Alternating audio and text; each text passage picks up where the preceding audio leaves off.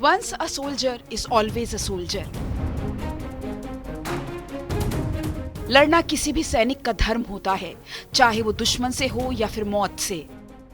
युद्धभूमि पर अपना फर्ज निभाते निभाते 34 साल के विटाली रूसी अटैक में गंभीर रूप से घायल हो गए। Vitaly long range anti aircraft missile commander हैं, जो डॉनबास में 5 महीने पहले रूस यूक्रेन की जंग में बुरी तरह जख्मी हो गए। एक बम के विस्फोट से विटाली के दिमाग में गंभीर चोट आई। धमाका इतना घातक था कि बारूद से विटाली की खोपड़ी में एक बड़ा गड्ढा हो गया। वो आधे तरबूज जितना गहरा और चौड़ा था। उनके दिमाग की चोटें इतनी गंभीर थीं कि डॉक्टरों को लगा था कि वो कभी अब होश में नहीं आएंगे। लेकिन कहते हैं ना, हिम्मत मददा मददे खुदा। और विटाली को एक दिन होश आ गया। उन्हें अपने आसपास का अंदाजा हुआ और अब वो पलके झपकाकर पिता से इशारों में बातें करते हैं।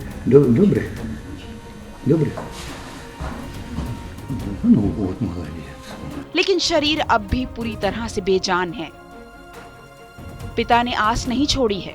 वो कहते हैं कि विटाली एक दिन ठीक होकर फिर से युद्ध के मैदान में जाएगा और रूस को कड़ा मुकाबला देगा। मैंने उससे पूछा, क्या तुम मुझे पहचानते हो?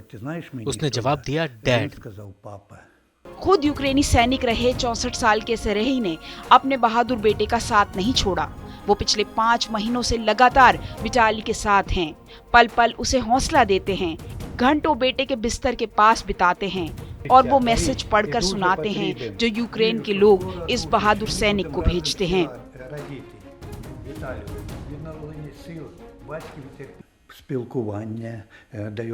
जब मैं उससे बात करता हूँ, लोग उससे मिलने आते हैं, तो विटाली का मूड अच्छा हो जाता है।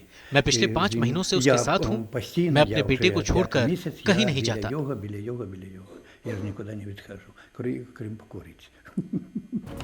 अपने जीवन के लिए लड़ो, हमें वास्तव में तुम्हारी जरूरत है।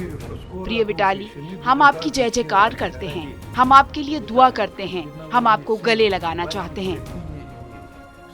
और जब विटाली के पिता इन संदेशों को पढ़ते हैं तो उनकी आंखों से आंसू छलक पड़ते हैं। शायद ये एक पिता की जिद ही है कि 4 महीने पूरी तरह कोमा में रहने के बाद दिसंबर के अंत में विटाली की सेहत में सुधार दिखा।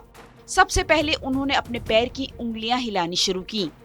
अब भी विटाली को पूरी तरह ठीक होने में शायद बहुत वक्त लग जाए, लेकिन उनके पिता की तरह हमें भी उम्मीद है कि वो जल्द ही ठीक होकर अपने पिता को गले लगाएंगे और फिर शान से एक बार फिर अपनी वर्दी पहनेंगे। यूक्रेन की राजधानी कीव में विटाली का अस्पताल है। वहाँ विटाली जैसे सैकड़ों सैनिक मौजूद हैं जो जिंदगी और मौत से जंग लड़ रहे हैं। विटाली के पिता का मानना है कि अपने बेटे की देखभाल करना युद्ध के प्रयासों में उनका योगदान है। अक्सर वो अपने बेटे के कान में झुकते हुए पूछते हैं, यूक्रेन जीत जाएगा ना? हम जीतेंगे ना? और विटाली मौन आंखों से उन्हें देखते रहते हैं।